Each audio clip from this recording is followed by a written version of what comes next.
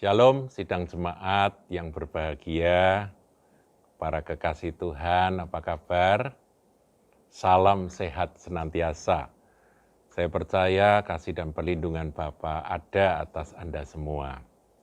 Saudaraku, dalam Suara Gembala hari ini, saya akan membacakan firman dari 1 Timotius 6 ayat 6 sampai 10. Saya bacakan, saudaraku. Memang ibadah itu kalau disertai rasa cukup memberi keuntungan besar. Sebab kita tidak membawa sesuatu apa ke dalam dunia dan kita pun tidak dapat membawa apa-apa keluar. Maksudnya keluar dari dunia. Asal ada makanan dan pakaian cukuplah.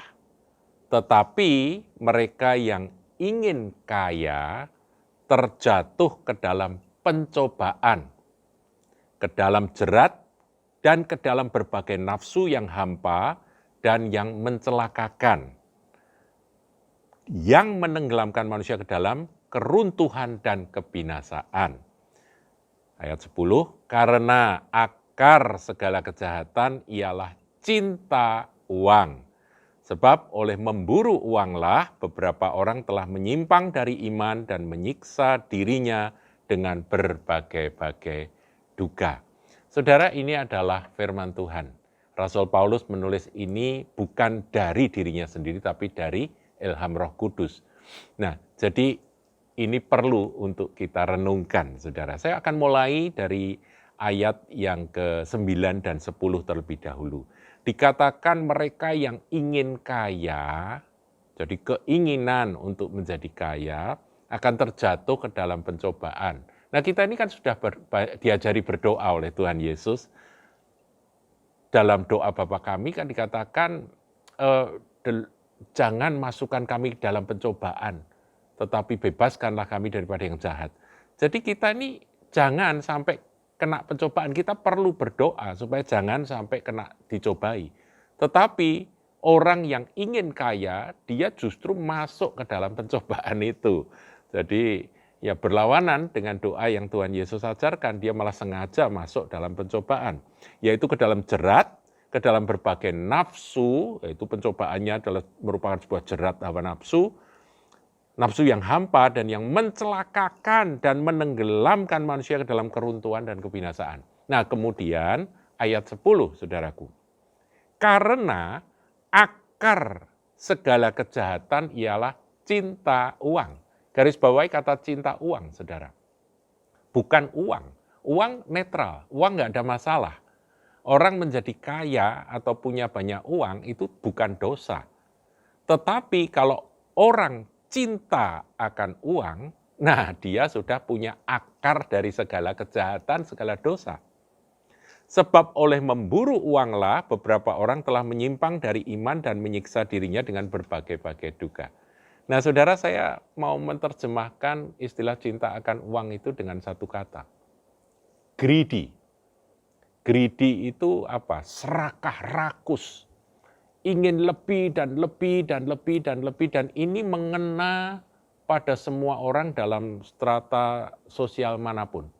Jadi orang yang miskin bisa greedy, orang menengah bisa greedy, orang kaya pun bisa greedy, saudara. Jadi peringatan ini berlaku bagi semua orang.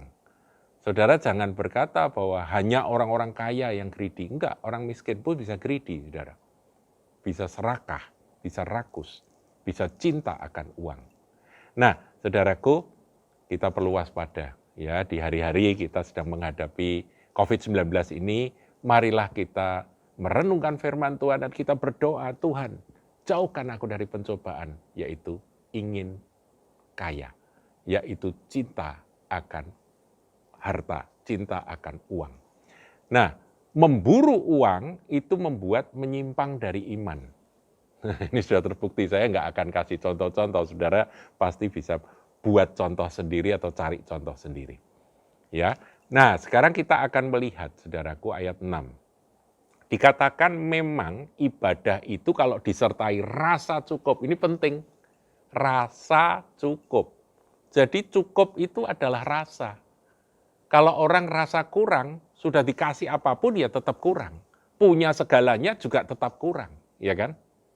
Tapi kalau sudah ada rasa cukup, meskipun hanya ada sepiring sayur dengan nasi begitu, dia cukup, dia mengucap syukur. Ya cukup. Itu akan memberi keuntungan ibadah penyembahan kita, pengikutan kepada Tuhan Yesus itu akan memberi keuntungan besar. Jadi rasa cukup itu pasti manifestasinya adalah ucapan syukur dalam segala hal. Sebaliknya, sepiring nasi dengan lauk pauk macam-macam, kalau disertai rasa tidak cukup, ya rasanya, aduh ini kok kurang ini, kurang itu, terus mengeluh, saudaraku. Nah, ini yang perlu kita pahami. Cukup adalah rasa.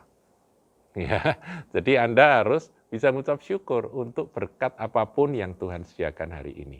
Kemudian dikatakan, sebab kita tidak membawa sesuatu apa ke dalam dunia dan kita pun tidak dapat membawa apa-apa keluar, saudara. Jadi kita ini pada waktu lahir ke dunia ini kan kita nggak bawa jam, nggak bawa kalung berlian, nggak ada ya bayi lahir langsung ada kalung berliannya, ada gelang emasnya, kan enggak, saudara. Bayi lahir itu telanjang bulat, nggak bisa apa-apa. Nah, datang ke dunia, nggak bawa apa-apa, kemudian waktu nanti kita meninggalkan dunia ini, kita juga nggak bisa bawa apa-apa.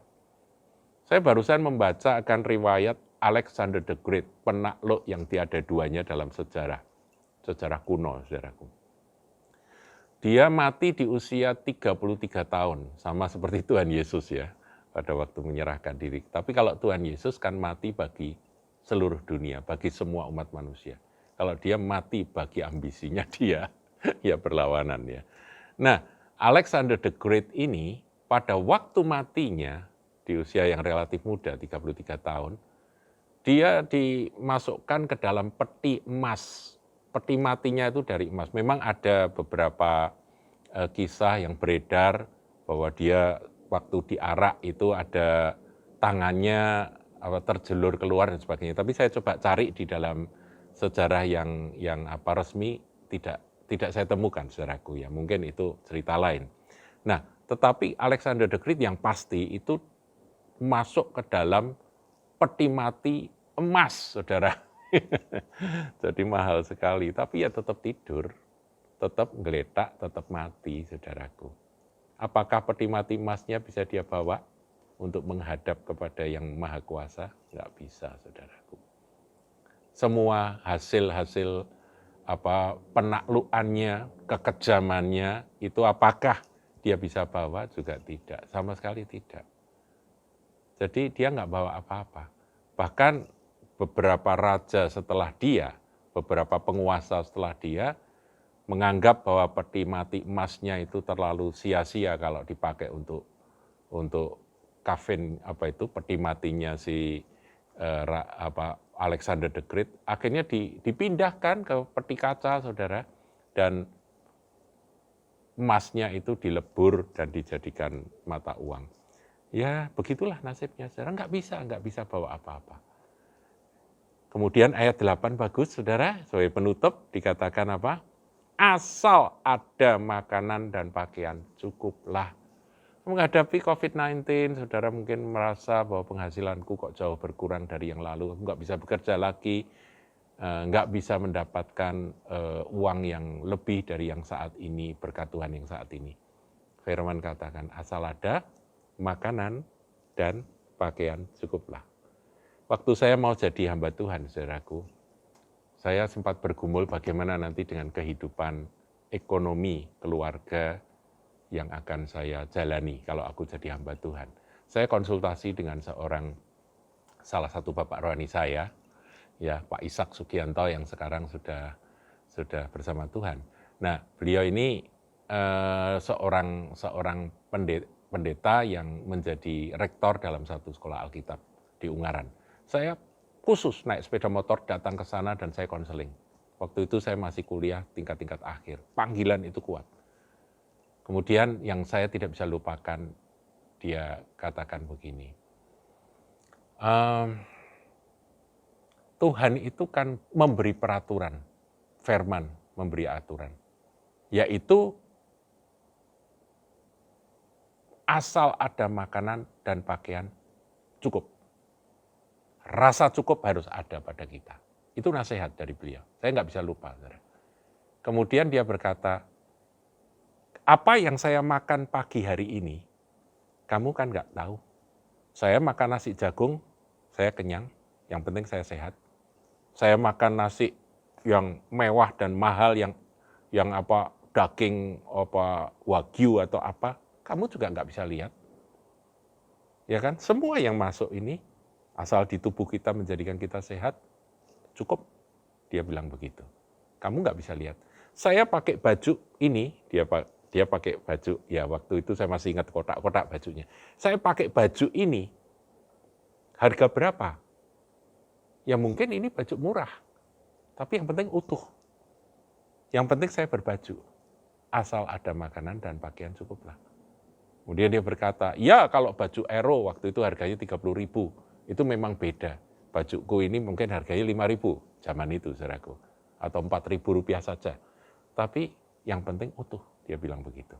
Saudara, kadang-kadang memang kita perlu merenung dengan cara perenungan seperti ini, supaya kita tidak menjadi orang-orang yang jatuh dalam berbagai pencobaan.